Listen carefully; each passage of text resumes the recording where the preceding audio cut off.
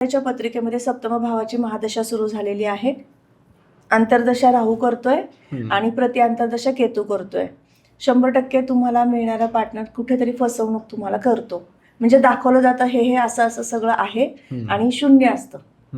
आणि मग मुलीचे आई बाबा म्हणतात काय हो आम्हाला फसवलं, त्यांनी आम्हाला खूप काही चांगलं सांगितलं होतं त्या मुलाबद्दल आणि ते काहीच निघालं नाही. किंवा ती मुलगी सुद्धा ज्यावेळेस प्रेम विवाह करते त्यावेळेस त्याच्या कलागुणांना त्याचा जो आहे कलागुण त्याच्याकडचे ते बघून ती त्याच्या प्रेमात पडलेली असते. आकर्षण झालं, सप्तमेशाची महादशा सुरू झाली आणि अंतर्दशा राहूची होती. फक्त तिला ग्लॅमर दिसलं, चांगलं गोष्टी दिसल्या, आकर्षण दिसलं, पण मग अंतर्दशा केतू करत होता त्यामुळे त्याने फसवलं.